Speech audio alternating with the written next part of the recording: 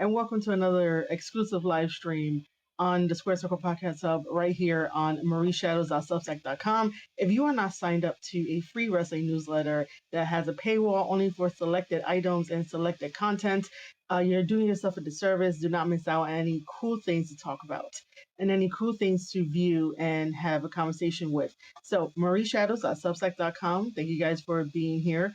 Last night I did do a live stream over at youtube.com/Square Circle Podcast. And that live stream was talking about almost all of the wrestling topics that we have. Basically, we talked a little bit about CMLL and AAA because my community doesn't know, well, wanted to know the difference between the two. And I gave, an answer to the best of my ability for, that kind of question. I did talk a little bit about the WWE acquiring AAA and like what we can see in the future.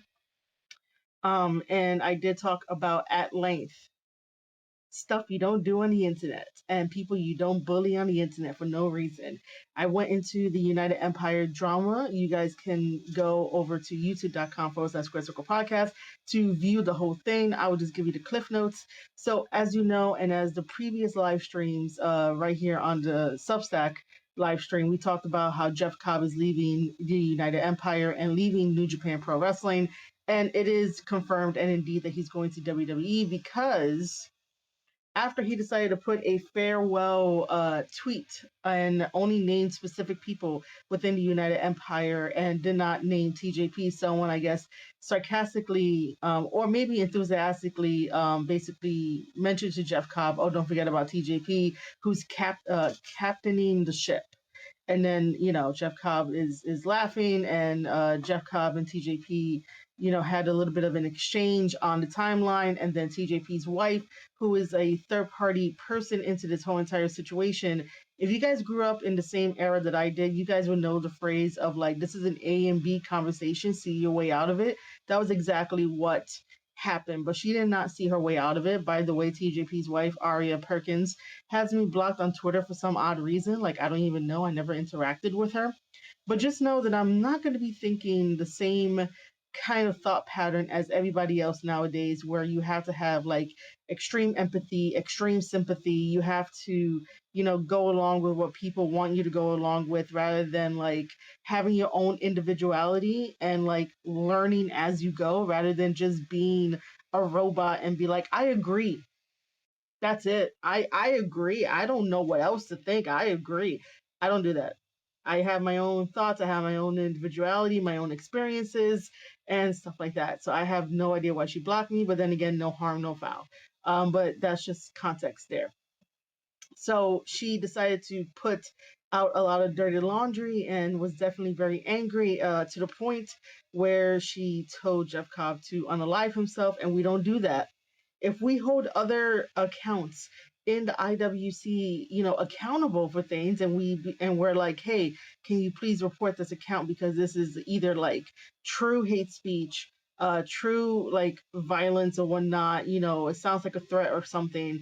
We do our best to get that account reported because you're not really like, why would you go after somebody that you don't even know? Truly, you don't even know, and be like, oh, unalive yourself or go do this or go do that just because of anger and stuff like that. Like, there's ways to handle certain things. And plus, anyway, both of them, when I say both of them, I mean Arya and TJP made it seem as if, like, due to Jeff Cobb's, I guess, what he's been talking about, the passive aggressiveness, like his actions has caused like them to pivot and make changes based on it and do what's best for their family. And it's like, why is it at the expense of Jeff Cobb and whatever he does? Whatever he does not really affect anybody else, except for maybe trying to get like more bookings for everybody else. And the way that he says things can have people think of like, oh yeah, he's totally right because of X, Y, and Z. Maybe the United Empire should get these opportunities or whatnot. But just made it seem as if like, his actions caused a reaction to how they are gonna how can I say this, because it's only TJP wrestling, cause a reaction to how they get bookings and how they do this, how they do that. And it's also confirmed too that TJP is a freelancer for New Japan Pro Wrestling. And that really doesn't hold too much because we know that there's a lot of freelancers on the indies already. And even though they get a taste of like a tour of working for New Japan Pro Wrestling, that doesn't mean that New Japan is gonna like call them back. So, two members technically are leaving the United Empire because one's a freelancer and the other one is already out the door. His last match, Jeff Cobb's last match was April 19th. He was the first one on the card, and honestly, I wanted him to show up at WrestleMania to be part of like either like the Rock's group or whatnot because Jeff Cobb needs to come in as like an enforcer for WWE when he arrives. He needs to be an enforcer for a couple months until he breaks out and does his own thing.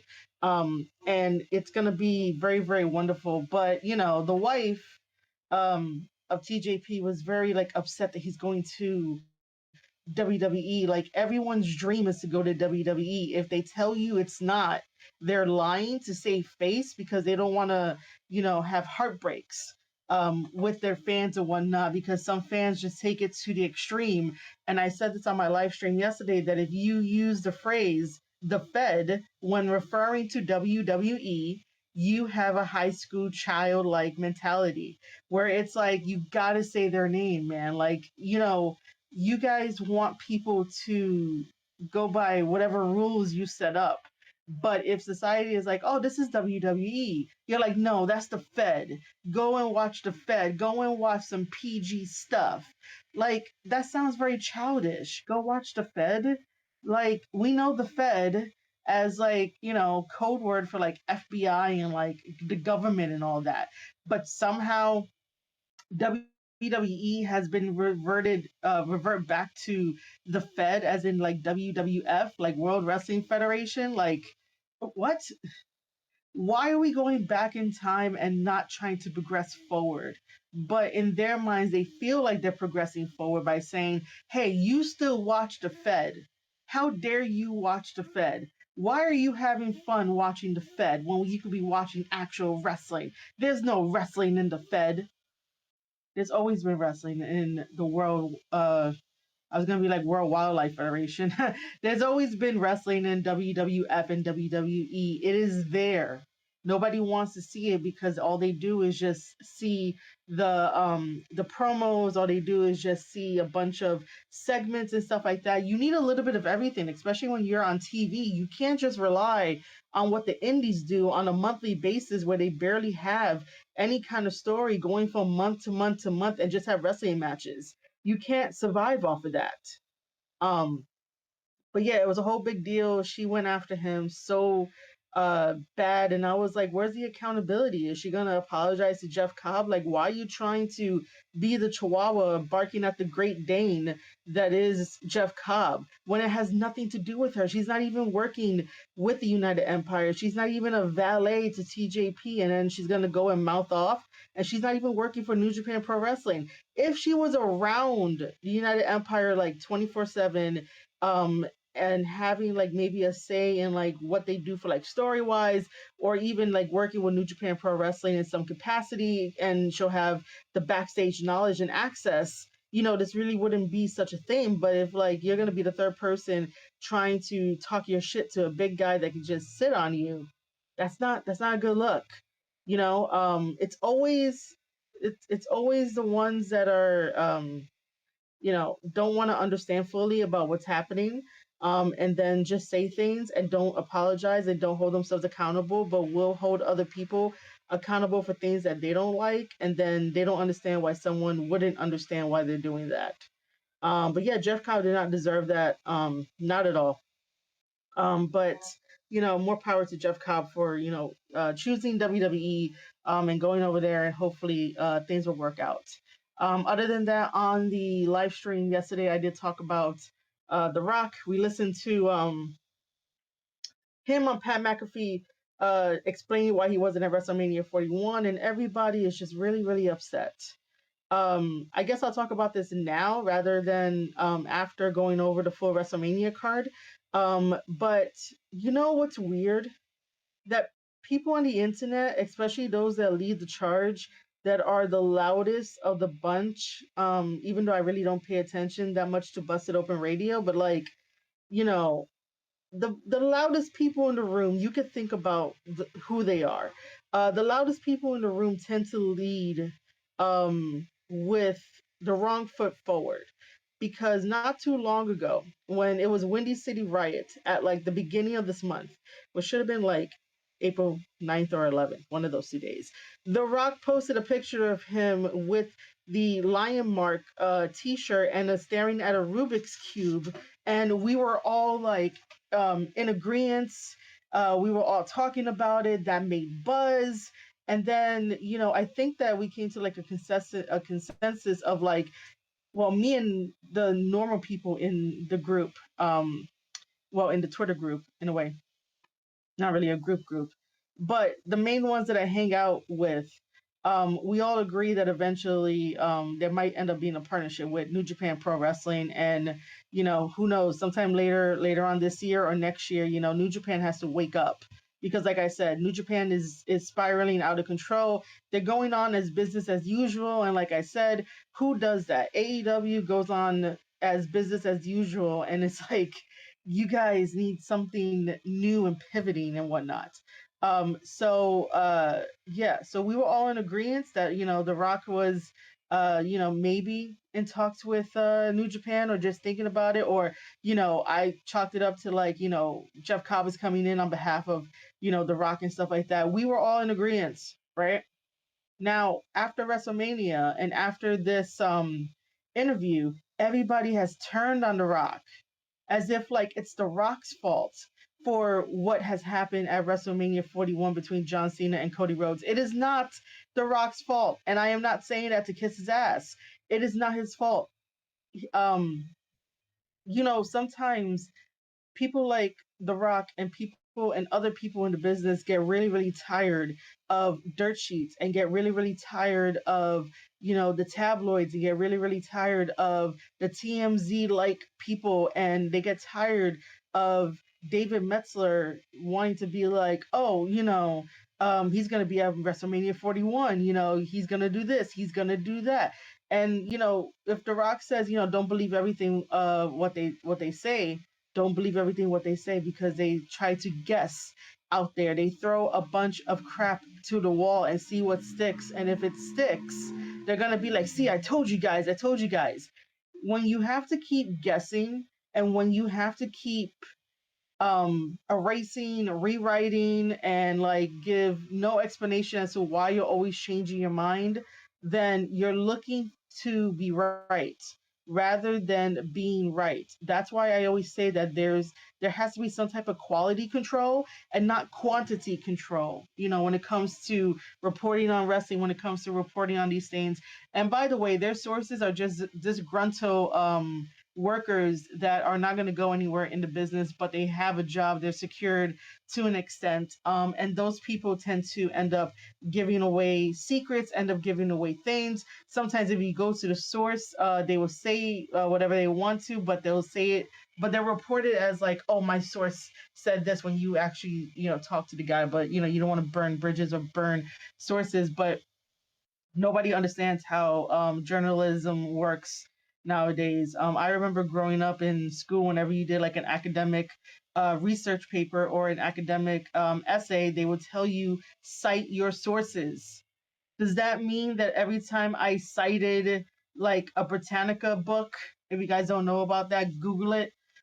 Because most of us did not have, Google at the time, or, all of us did like Wikipedia for our academic essays, and be like, oh, our source came from Wikipedia. Well, that's not really a source, because anybody can go in and change that. But the point is that, did I burn a bridge with Wikipedia by writing that into my essay during school time, to be like, this statement uh, is backed up and supported by the source coming from Wikipedia?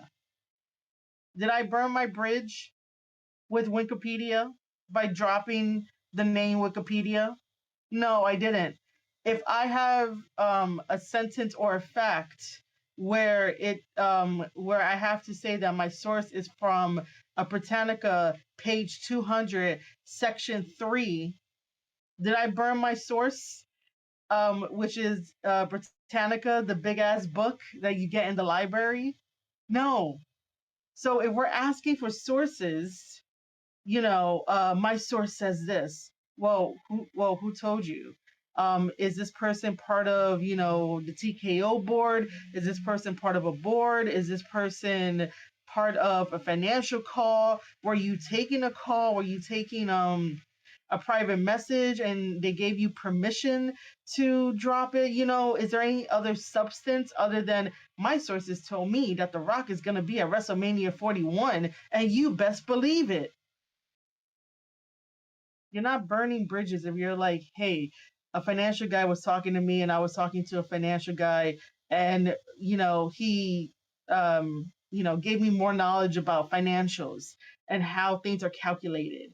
And we had a very good conversation or something like that. So if you see the reports on the good revenue that WWE is doing, it's because of X, Y, and Z. And here's what I learned from talking with a financial expert at whatever the fuck, right? Like, you're not burning bridges like that. You're just being like, oh, I talked to somebody.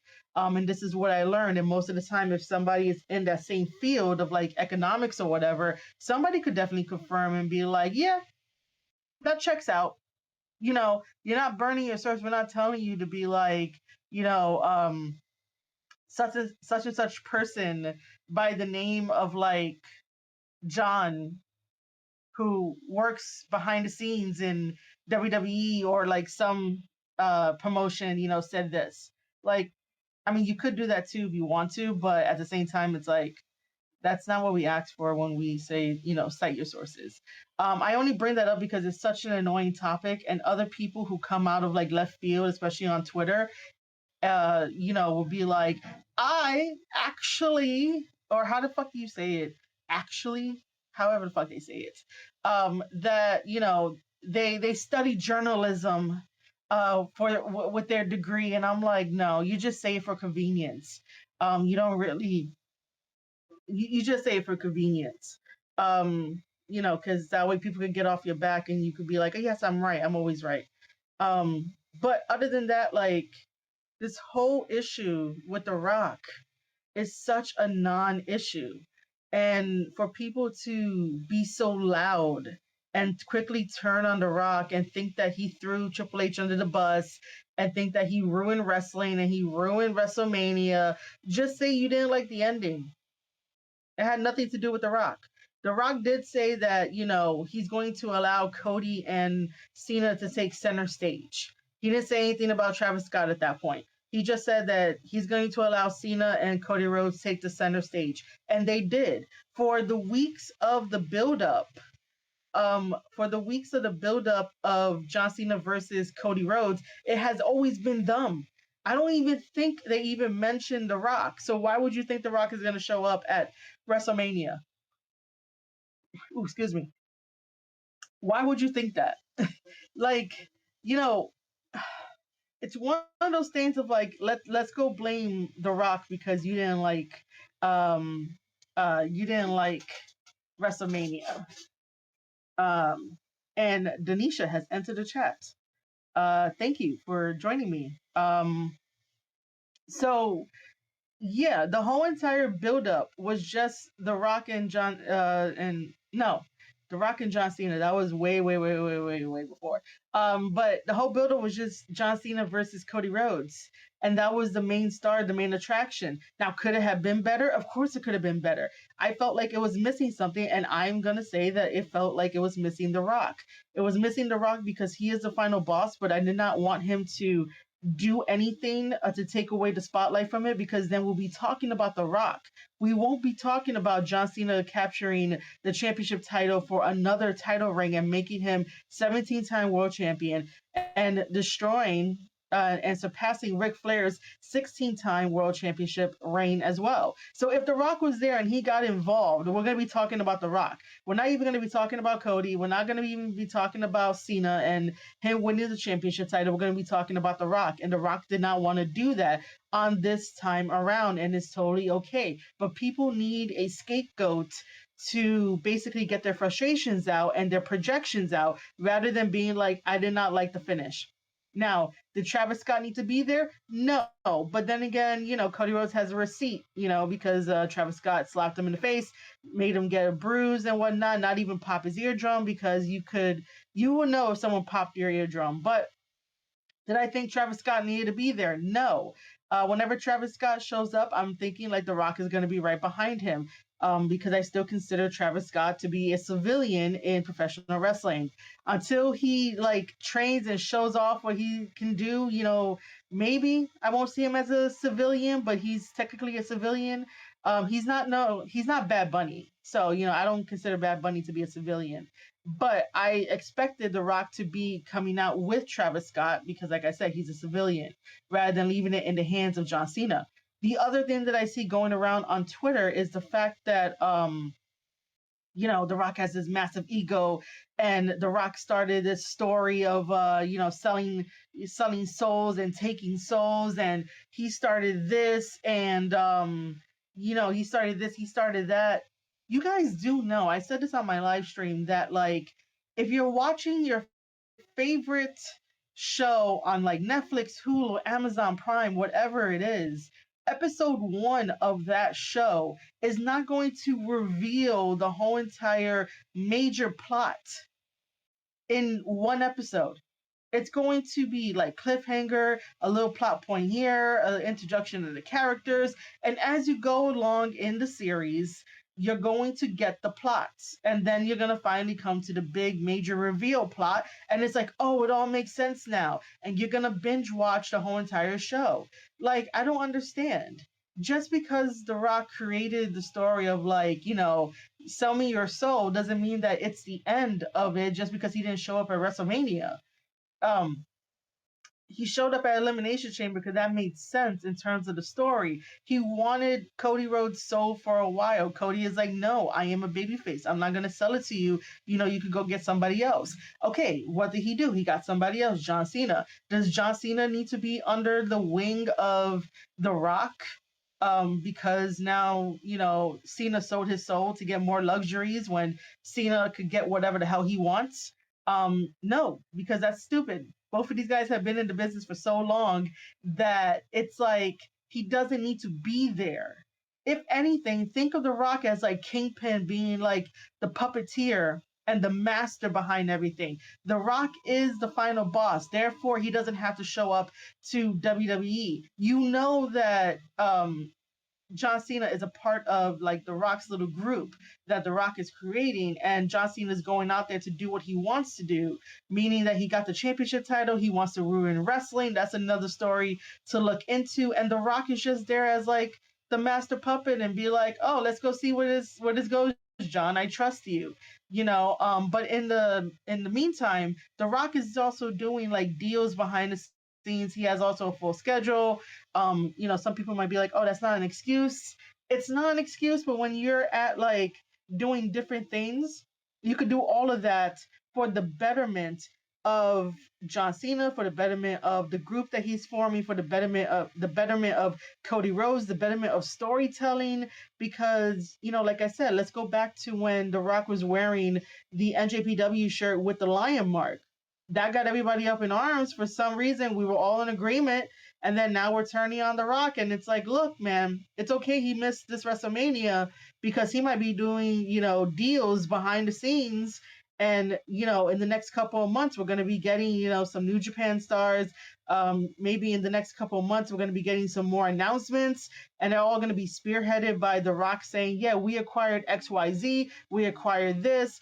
This person is part of my team because, they want to sell their soul. They want all the goods, all the luxuries, and they want to partake in everything that I can buy them. Like, let The Rock take us on this ride. He did not need to be at WrestleMania, and I'm okay with that. I also think that, like I said earlier, that Cody Rhodes versus John Cena was missing something. It was missing something, but I'll take it and I'll move along and I'll see what WWE can create. The Monday after Raw was great. Now to the comment of the Rock throwing Triple H under the bus and comments about like, oh, they're butting heads. The Rock didn't mention Triple H in the creative process when he replied to David LaGreca, and it's like, why are you guys creating a fantasy out of nothing? There is probably no issue between The Rock and Triple H. There is probably no issue, but people want to create it because they like drama. They like to be miserable. Just because somebody doesn't, mention somebody in their like response doesn't mean that they have an issue with them. It not all the time, okay? Not all the time, because earlier I was talking about the whole Jeff Cobb versus TJP thing, but that's like on a whole nother different like drama level. But I bet you that there is no drama between The Rock and Triple H in the creative setting. What I can tell during the WrestleMania cards, so like WrestleMania night 1 and night 2, it felt like each of the matches were created and produced by different producers, and you can tell who put in a lot of effort to make it a really good match to be memorable versus like, this is what we got. So it felt like, you can feel like Triple H influence in some of the matches, and then in the other matches you could feel like a Rock sort of influence, but like not to the extreme. I do think that the last time that The Rock was involved in a WrestleMania moment, um, that whole big thing of like taking Cody's spot and whatnot, that was done well. That was done well. The Rock understood that it had to be a whole huge spectacle. And also, The Rock also understands that when he was at Elimination Chamber, whether or not, he got called in to help sell more tickets, that's not the point, because I know somebody might like point that out. When The Rock was at Elimination Chamber and did what he needed to do, was that not a big spectacle? Were we not talking about it? And were we not praising the fact that, Cena finally turned heel and he took The Rock's offer? At this point, like, you know, Cena has nothing to lose, so why not do this? Why not have the two biggest power guys in their career like do this to the rest of the wrestlers and be like, man, you better join us because we have it all.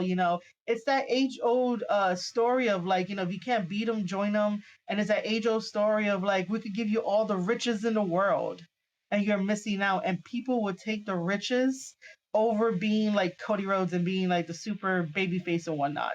But The Rock like did give praise to like Cody Rhodes, give praise to the match. There's also another thing too that people were talking about, that what is it? We talked about like throwing Triple H under the bus, which he really didn't do. Oh, that because David LaGreca was going off on like The Rock using I. Let me just say this. Even if you are working in a team, it is still a team effort. You're always going to say, we did this, we did that. And I think it's really unfair to point out that whenever WWE is successful, The Rock would say, we did this, versus on the Pat McAfee show, he said, oh, I think we would have went in a different direction. You can't throw people's words against them to try to make a non-issue into a problem. Okay, so let me try to put it in a perspective, because in my life, for like my vocabulary, I always say, we did this, we did that. I'm so used to we because I understand what a partnership is all about, what a partnership takes. Whenever we talked about the YouTube partner program, and I was telling my community and anybody else that would listen to me on Twitter, I would say, we are up to X amount of hours out of 4,000 hours. Thank you so much for viewing my content, because it is essentially like my content, right? And it is essentially me by myself making video content, uploading shorts, making videos, writing descriptions, making the thumbnails, sharing it out to all of my social media platforms. It is me. I have no machine behind me. Um, not to really make it um not to really make it about me, but the idea is that sometimes when you're asked a direct question about a particular match because you know that The Rock has an affiliation with all three of these men, Travis Scott, John Cena, Cody Rhodes, he's going to answer honestly, and he's going to answer as himself as an individual. So basically that's the point that I'm trying to make with my content. Whenever I need to put, and you heard how I said it there. Whenever I need to put something out there into the world, I do it. And if somebody, sends me a question, it's always going to be like, well, I did this, I did that. I think that I could have done a little bit better on this video because of X, Y, and Z. Now, if I had like a team that did the thumbnail or whatever, that wouldn't be included into the answer because you're asking me about what did you think about this video that you did? Do you think that you could have did it a little bit better? Then I would be like, yes, I think that I could have done it a little bit better. Now if my whole content was about like a group effort where all of us were there, then I'll be like, well, yeah, I think we could have done a little bit better. And then I'll be like, hey, well, these were my ideas that didn't really make it into the program. And that's all. And that's all The Rock did was like, The Rock was like, I just think there could have been done a little bit better. We could have did a little bit better. And The Rock, offered his services to be like, hey guys, I'm gonna let you guys get the spotlight because you guys deserve it. I don't think I need to be in there. But if you need me, I will be right here. You guys could always call me. That is what a selfless individual does, no matter what. Because they have their own thing going on, but they know that the they know that they can fully have faith into the two guys that are going to be main eventing WrestleMania. That's the difference. Like, there's no point in The Rock inserting himself into this just because he's the final boss, just because he created the story of like, I want your soul, sell me your soul, be on my team kind of deal. Like, he doesn't have to be there unless like, okay, let's fantasy book for a second. If John Cena would have lost to Cody Rhodes and did not get the belt, I bet you The Rock would have inserted himself like the Monday after WrestleMania, because The Rock, like you have to think about this in a kayfabe setting. John Cena has been losing the whole entire time. What would have been the point of joining The Rock if he was going to lose to Cody Rhodes? That would have been, excuse me, that would have been very stupid, very stupid. And then The Rock would have got pissed, and then The Rock would have been like, well, bro, like, you've been doing this for 20 years and you lost to Cody Rhodes, who, just getting his legs back from under him when, like, we know all the secrets, all the games, like, that would have been the other option. And then if he would have inserted himself, would people still be mad at The Rock? This is why the whole flip flopping thing is super annoying, because nobody on the internet knows who to blame rather than moving on. I rather have them move on rather than like blame The Rock, blame Triple H, blame TKO, blame WWE, because it's always blame, blame, blame rather than like, okay, this is what we got now. How do we move forward? How can we help make things a little bit better? And it's very difficult to like book wrestling matches. It's very difficult to book a story that makes sense and doesn't fall, somewhere along the lines where we're like, oh, this is bad. It's not as bad as people make it out to be. I mean, WWE got like all of the huge numbers of like success across all social media platforms and sold out both nights and had like a week long celebration of professional wrestling from NXT to WrestleMania and all of that stuff. And I know Denisha put a comment in the comment section saying that She appreciates my hard work and I deserve all my success. And I appreciate that from you, Denisha. I really do. Thank you, thank you, thank you. But, being so upset at The Rock, that doesn't make any sense. There's no logical sense to it. That's why he always says, like, if he has to tell people it's a work for them to calm down, because sometimes the the anger, right? The anger is only for performance. And he can tell that the anger is only for performance. Like, we can tell. We can tell. There's no reason to get that upset at The Rock when he's like, well, I didn't show up at WrestleMania 41 because I felt like I didn't want to be part of the spotlight.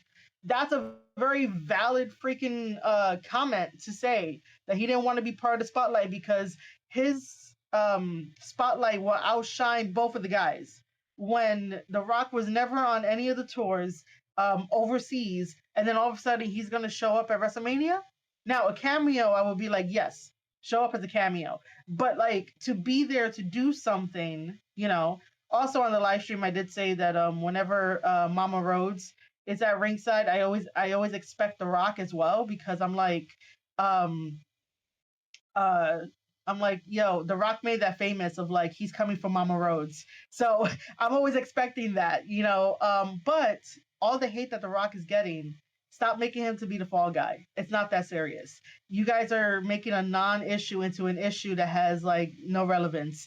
He didn't want to be at WrestleMania 41. He gave his comment, and leave it at that, because that is a valid comment to say that he did not want to take away the spotlight from both John Cena and Cody Rhodes. Because if he did, the crowd would not have reacted the way they did to John Cena getting number 17. Would have never reacted that way. And Denisha's right that Dave LaGreca, does do things for clickbait and views, and then, calms down to be a little kid when he gets, called out for it. And I don't understand why you be hurt and disappointed by The Rock's comments when they are not directed at any fan. They are not directed at the fans. The Rock's comments on Pat McAfee's show is just him answering questions in a very honest way. How come in 2025 the IWC does not understand what honesty is? Why do they have to think like there's an ulterior motive? The Rock could be like a million things, but what ulterior motive has he ever shown us where people can start doubting him just because he was like, hey, don't believe everything that you read on the internet, when what was it? Dave Metzler was like, oh, he's gonna not show up at WrestleMania or show up at WrestleMania. And Nick Khan was like, hey, the internet says you're not gonna show up, or whatever it was. Like, was it because of that? Like, this whole timeline is kind of weird, and it's sort of like very, very exhausting.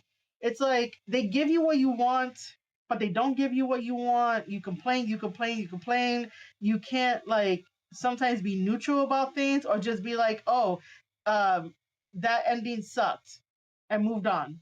Like, why does it have to be a week long of misery and repeating the same things and not coming to a solution of what could have been done better? But again, like, what would The Rock do at WrestleMania 41? If somebody can tell me that in the comments, I will read it. I will respond to you. I will think about it. But seriously, if The Rock has shown up to WrestleMania 41, what would he have done? What would his role be? If The Rock did not make the tour overseas, but Cody and John Cena did, and all they did were promos until we got to WrestleMania 41 night 2, what would The Rock have done in this story? Like, you guys got to be smart. And there's a lot of my mutuals that I'm like, I know you guys are smart. I know you guys understand wrestling. But if you look at it again, the main question that I'm going to ask, and I would love all the creatives and all the content creators to let me know and answer if you see this, that what role And what would The Rock, the final boss, what would he have done if he decided to show up at WrestleMania 41 with no prior interactions? What would he have done? Let me know in the comment, because I think that this is a very interesting thing to look at, to sort of see where people's minds are. But people are losing their shit because of what The Rock said on Pat McAfee, which was not even remotely bad. It's okay to say, I did not like this. This main event was not up to par. This main event, didn't hold a standard. But if The Rock came out during Cody versus Cena, then the match would have held to a standard. Because are you expecting it to have like a huge grand spectacle because it is WrestleMania? Some of the matches that I'm going to go over in a little bit are, to me, somewhat of a dud. And that's okay. You don't have to have high expectations going into WrestleMania or any of the other pay-per-views or any of the other events, because you're going to have a good time.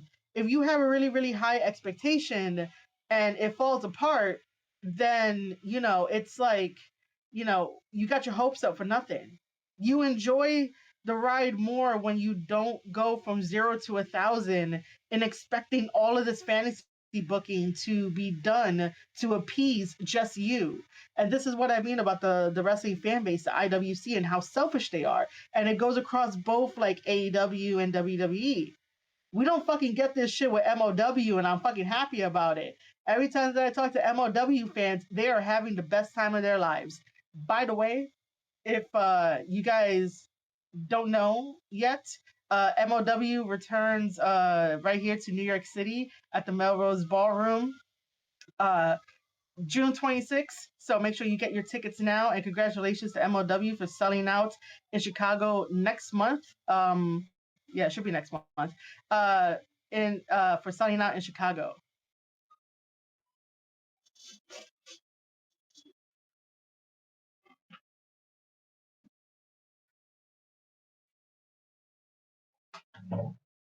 Okay.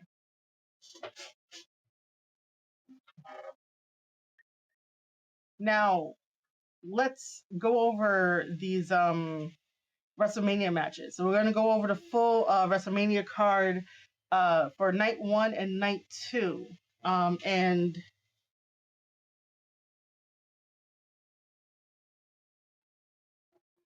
it's from the WWE Network. Well, I used to work on the WWE Network. Good times. But yeah, it's the results off of the WWE website. Um, just because. Um, I was surprised that um, we would start with the World Heavyweight Championship title of Jey Uso versus Gunther.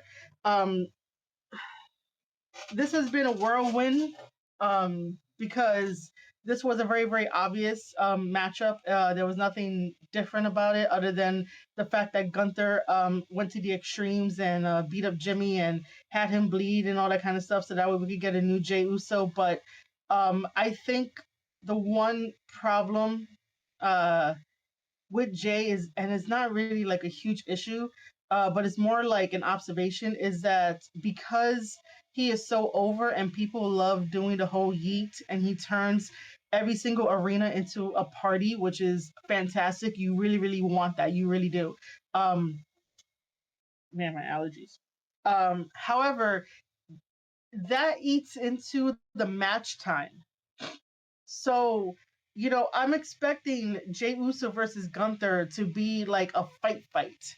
And because of um doing the yeet, like I said, the entrance eats up into the match time. So if a producer says that your match is 15 minutes, it's 15 minutes plus the entrance time as well. So you have to deduct the entrance time from that 15 minutes, and that is your true time for the total amount of your matches. And that's how it is. So just because the bell rings when both men are in, or both women are in the ring, doesn't mean like that's when the time starts. It's basically starts when the entrances happen. So entrances are like 2 to 3 minutes. So let's just say a total of like 6 minutes, right? To make everything cohesive. And I don't feel like using my brain right now. So if I say that the match is 15 minutes and we deduct 6 minutes from that, you have a total of 9 minutes to get everything in to the best of your ability. Um, but most timekeepers nowadays don't really keep track of time, but that's just how that works. I really thought that this was gonna be a fight because Jay was like, I pray to God for him to help me because he is gonna become a different man during this fight. But yeah, I just wish that sometimes we could see a different side of Jay Uso and a different side of starting the match because Gunther wouldn't be expecting Jey Uso to come out and like fight him. You know what I mean? But we do have a new champion in Jey Uso. Congratulations to Jey Uso for getting the World Heavyweight Championship. It's long overdue. I do think that the first time around, I think Saturday night's main event, he should have won it then. And the story could have progressed from there, and he still could have kept it during WrestleMania. There we go.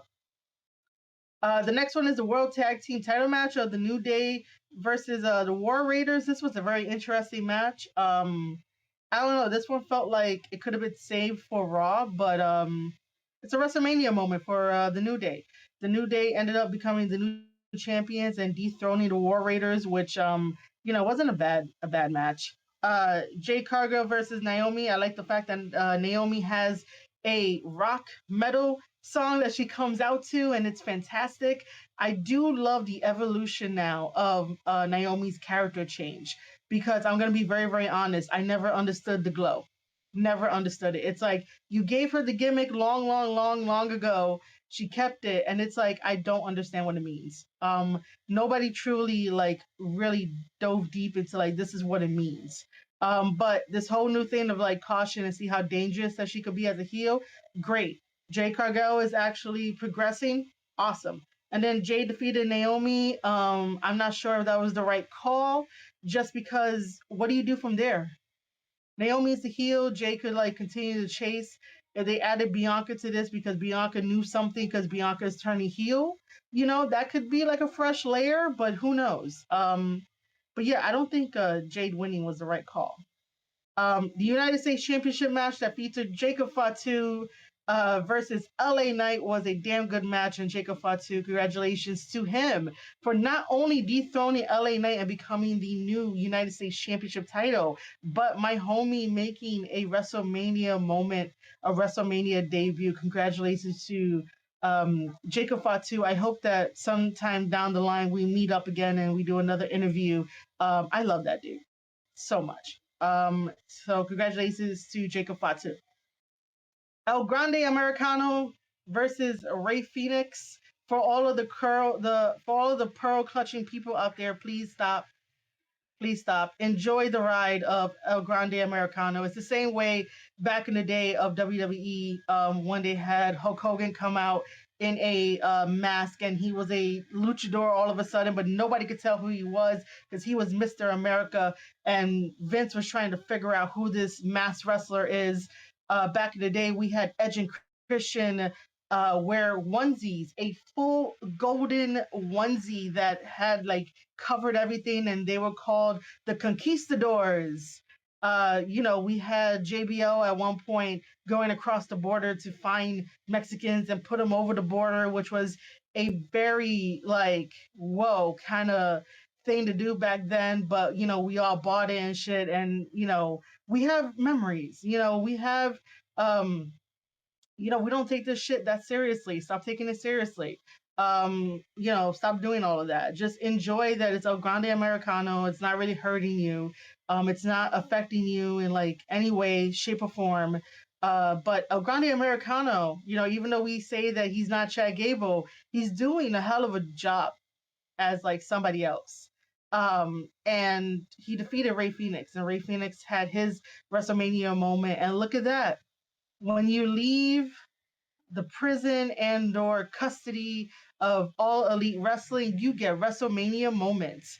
So for anybody over there in AEW that's sitting on the fence that can see the writing on the wall, maybe head over to WWE or MOW or any other promotion out there. You get to do great things. You get to win championship titles. You get to have WrestleMania moments. You get to be treated differently, and they see the potential in you. Um, the WWE Women's Championship match that had Tiffany Stratton versus Charlotte Flair. Normally, I am a Charlotte Flair fan. However, her win at Royal Rumble was not needed. She cut the line because every other woman that has been there basically deserved, the same kind of spotlight that Charlotte had. Tiffany is young, and I love Tiffany. Tiffany has the whole world ahead of her. I have questions for Tiffany Stratton. I overheard that she considers 80s music to be 60s music. Her and I need to have a chat about that because what? Listen, 60s music, depending on like who you're playing, has some damn good 60s songs. And then the 80s music, damn good 80s music. Like today's music don't even have fucking soul. And she wants to be like 80s music is like 60s music. It's old music. Like, oh my God. This is why sometimes, depending on what generation you're in, which I fucking hate that you put us in a box. But depending on like your knowledge and or what you like, it's like why do you guys make it as if like the world revolves around all of the young 20-year-olds that want to be like, I have the life experience. I'm gonna tell you that this is old and you're old and oh my God, you're so old for that. Like, no. There's there's more to life than being like, oh, you're old. Like, But then again, uh your listening taste in music do change when you grow up. It does. However, the match itself, I feel like Charlotte is just going on a battery. She's just running on fuel. It doesn't feel like the same Charlotte that was there. It feels like because she got injured and because she recovered, she came back to work. It's like, she's back on work, she's back on work, she's back on work. Because it feels like she doesn't know what else to do.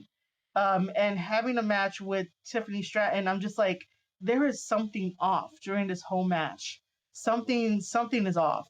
And I'm not putting blame on one lady. I'll put the blame on both because it is a team effort to make a really, really, really good match. But I just don't know what it is about Charlotte nowadays. It feels like it's a step behind, or she wants to do things in a match that the other opponent is not ready for it.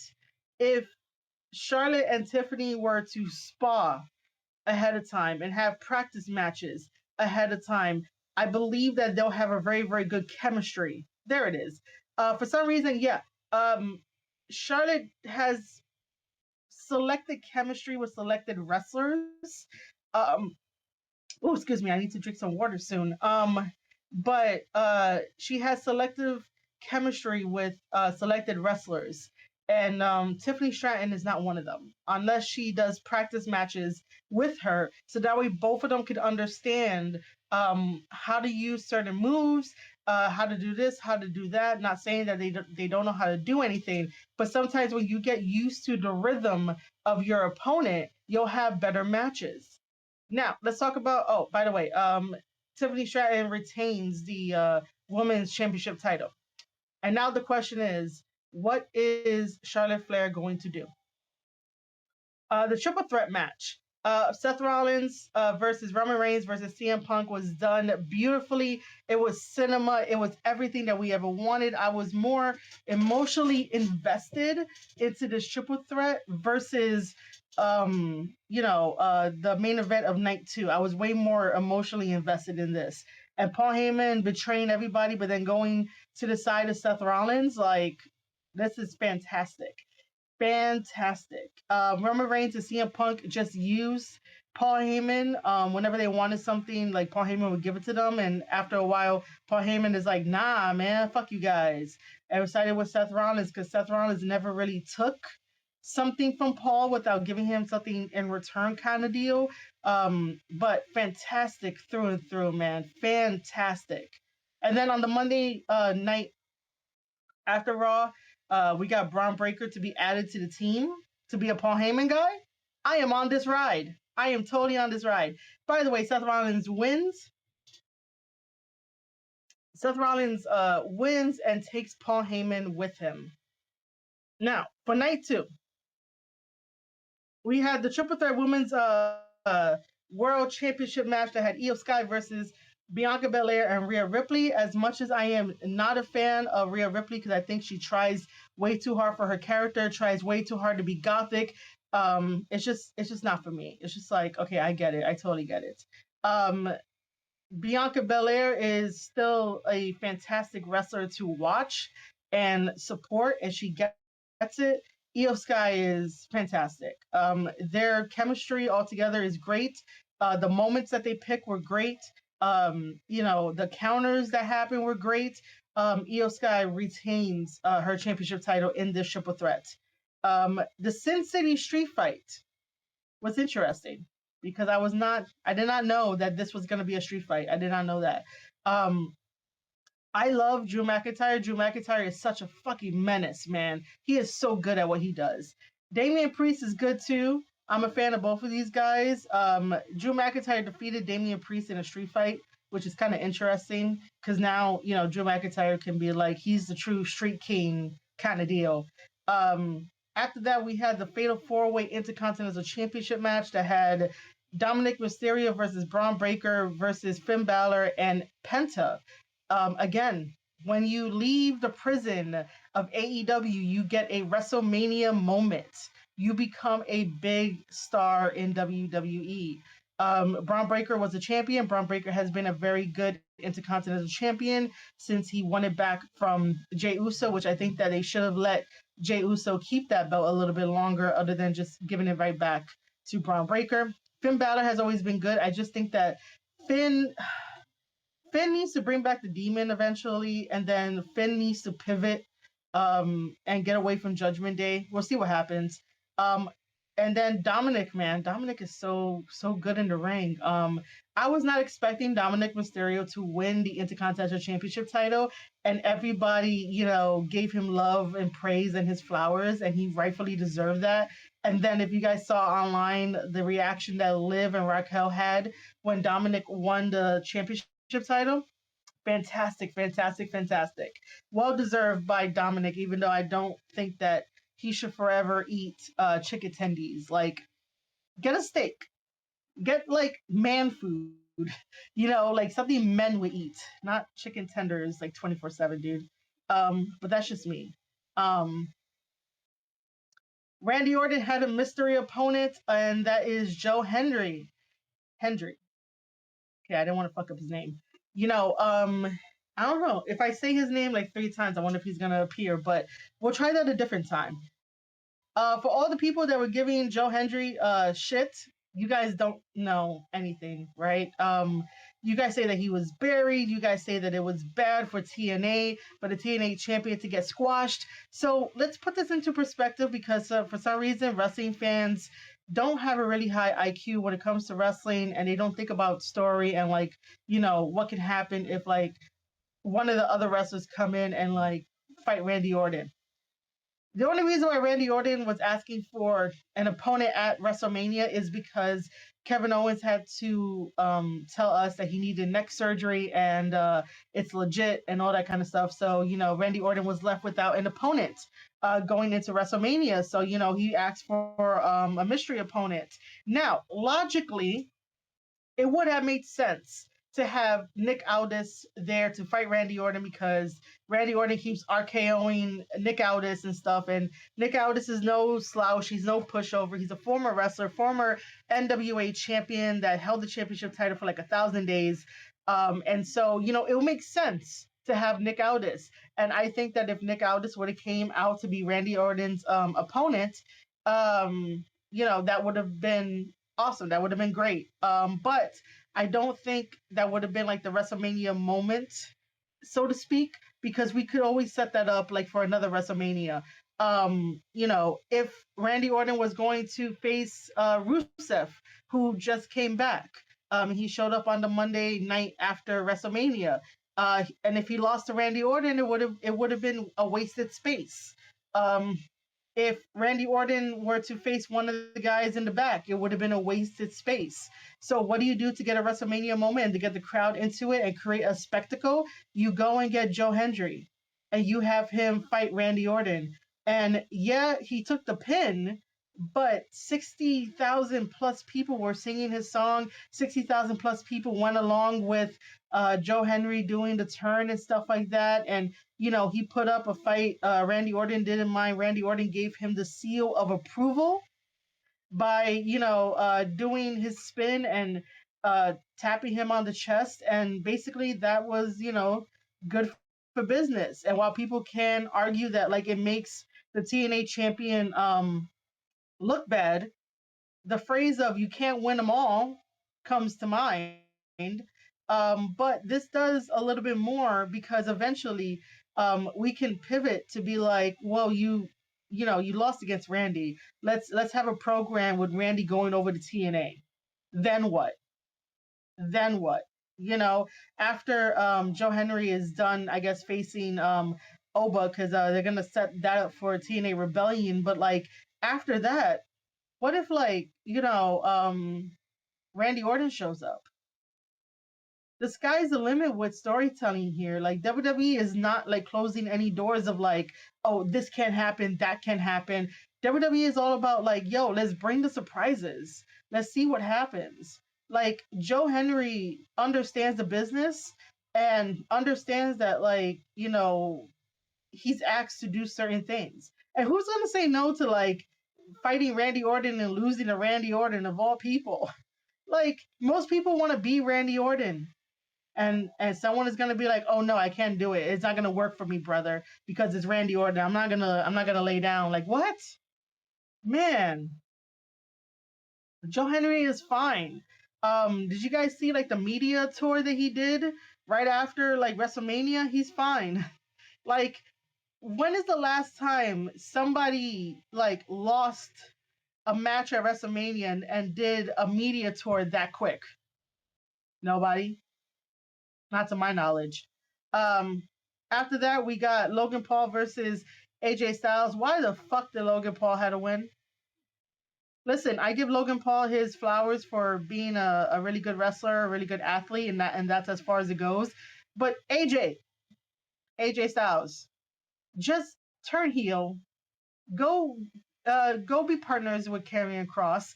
Listen to Karrion Cross, please. Like you shouldn't be losing to Logan Paul, of all people. You are a Bullet Club member. You have an extensive accomplishment resume. And like you even said it yourself that you don't have that long left in the business. And you lose to Logan Paul, of all people. Carrying Cross, please like go save AJ Styles. The WWE Women's Tag Team title match, which I did not like at all. Did not like it.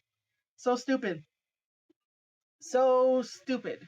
It's stupid because I know that this was okay. So listen, I know that this was a moment for both Lyra and Becky due to their personal history. Okay, their personal life history. I understand that it was a moment. WrestleMania is all about making moments and giving fans a spectacle and giving the fans what they want.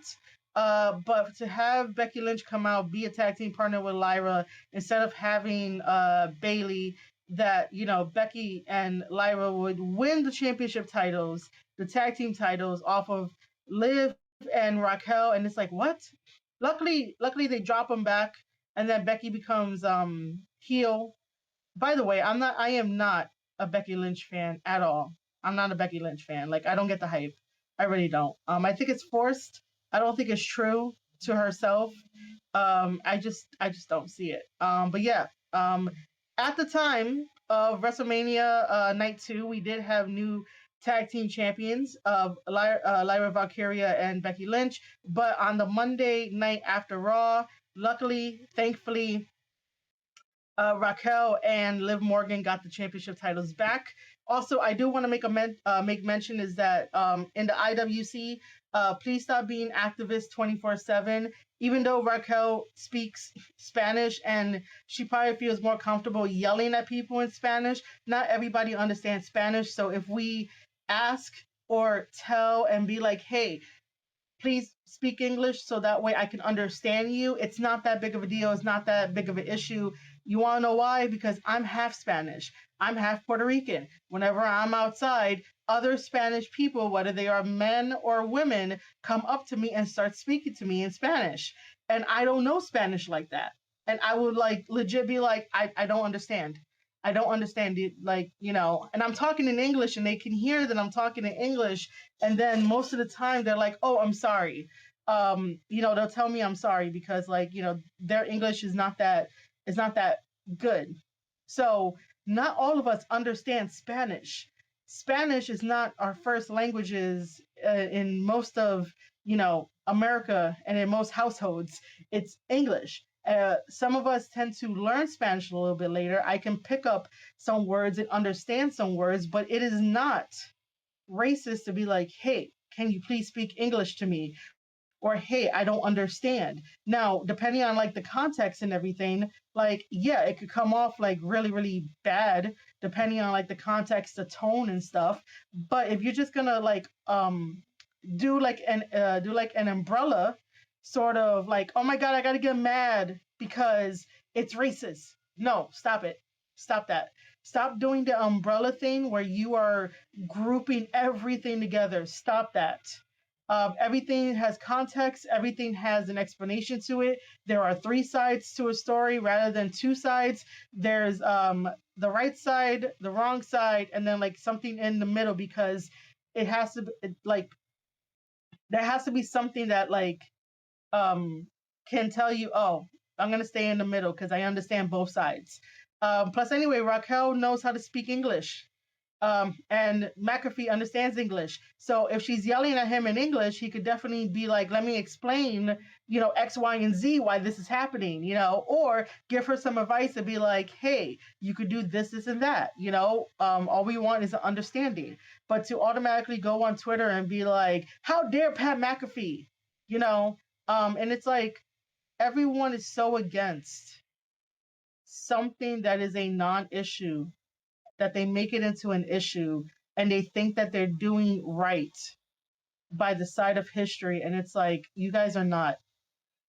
It's ruining the experiences of other people online for no reason because you want to be an activist 24/7, when in reality real people that go outside every day do get stopped by other people, and if they see you they think that you are that same race that they are. If you're Spanish, they and another Spanish person sees you and they go up to you and they start speaking to you in Spanish, you can literally say, I don't understand.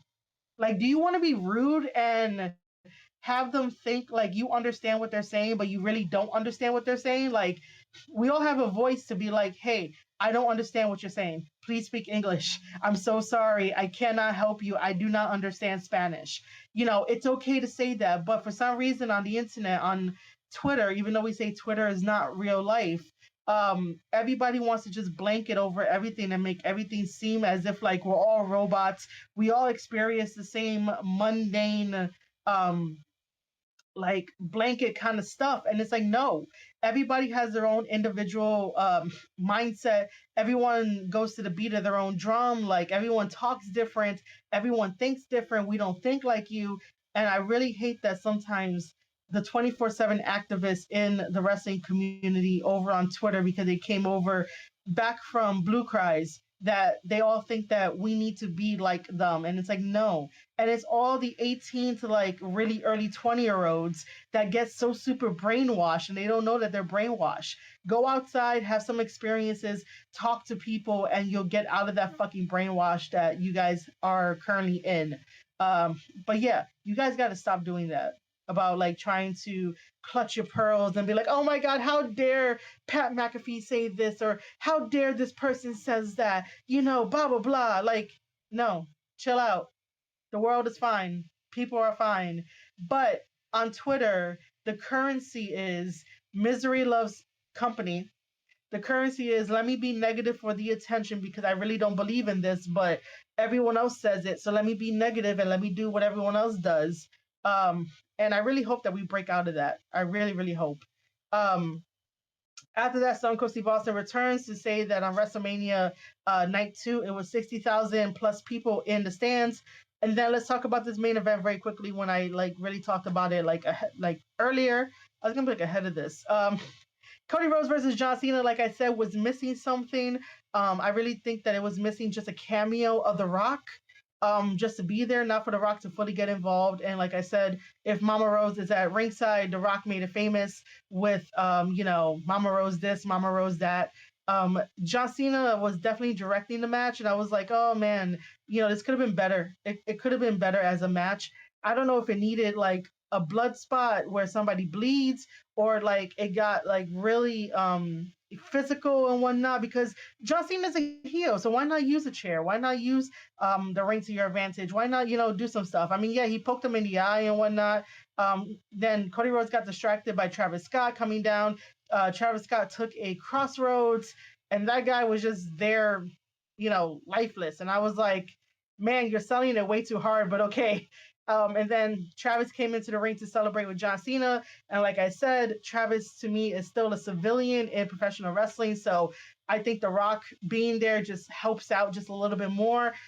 Do we need Travis Scott in wrestling? No, we don't. I don't know any of his songs. He's not an artist I listen to. He's not a rapper I listen to. And Fiend is such an annoying song. But, The Rock is like, excuse me, The Rock is like, Travis is so passionate about wrestling and about this and that. And I'm like, really? I mean, I guess he has a clothing line named Cactus Jack, which confuses the shit out of me sometimes, but it is what it is.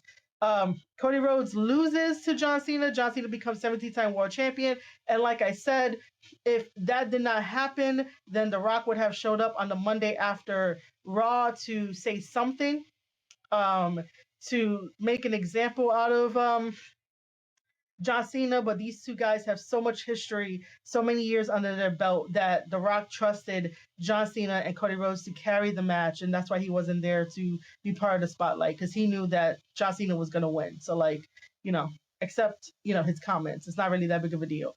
Other than that, I enjoyed WrestleMania Night 1 main event more than Night 2 main event WrestleMania. I don't think WrestleManias should be like 2 nights, but I'm so used to it now that I'm just like, oh, whatever. But WWE is on fire right now. WWE is on a roll. WWE is doing good. Sometimes people just hate when things are doing good. The other company is trying to play catch up. They're trying to play catch up, but it's not going to work. I don't really do WWE reviews, but I want to do this one exclusively for Substack. So again, ladies and gentlemen, if you are not signed up to marieshadows.substack.com, please do so for free and exclusive live streams like this and just free content. Head over to youtube.com/Square Circle Podcast to get yourself a YouTube membership. That is right. We are in the YouTube program. So you can get a membership either at $1.99 a month or $9.99 a month, depending on what your budget allows. And that helps out with the channel and everything that I do. Head over to, all links to be down in the description. I have so many things going on. I have merchandise. By the way, if you go over to the YouTube side of things, there are products listed for merchandise. You guys can go buy stickers, mugs, tumblers, t-shirts, everything that's there. If you are a wrestler and you're looking for feedback on your wrestling match, hit me up as well. I do have a membership program going on about that. I just helped out O'Shea Edwards in his match and gave him feedback. I could do the same thing for you guys. I do host tape study series where if you guys want to know like how I break down wrestling matches, just let me know. I'll send you a link. So that is over at my Fourth Wall account where all the merchandise is at. Again, all links to be down in the description below. Other than that, I guess I'll see you guys on the next one. Make sure to leave comments. I will be replying to everybody. If you think that you want to give your opinion on stuff, go ahead. I'll read it. I'll respond to it. I'm not really good with outros, but just know that I appreciate every single one of you guys, and thank you for showing up. Thank you for commenting. Thank you for watching and sharing this out. And hopefully, we get to do well. We are going to do more of these. Um, this is why rambling is not that good. But ladies and gentlemen, I will see you on the next one. Bye.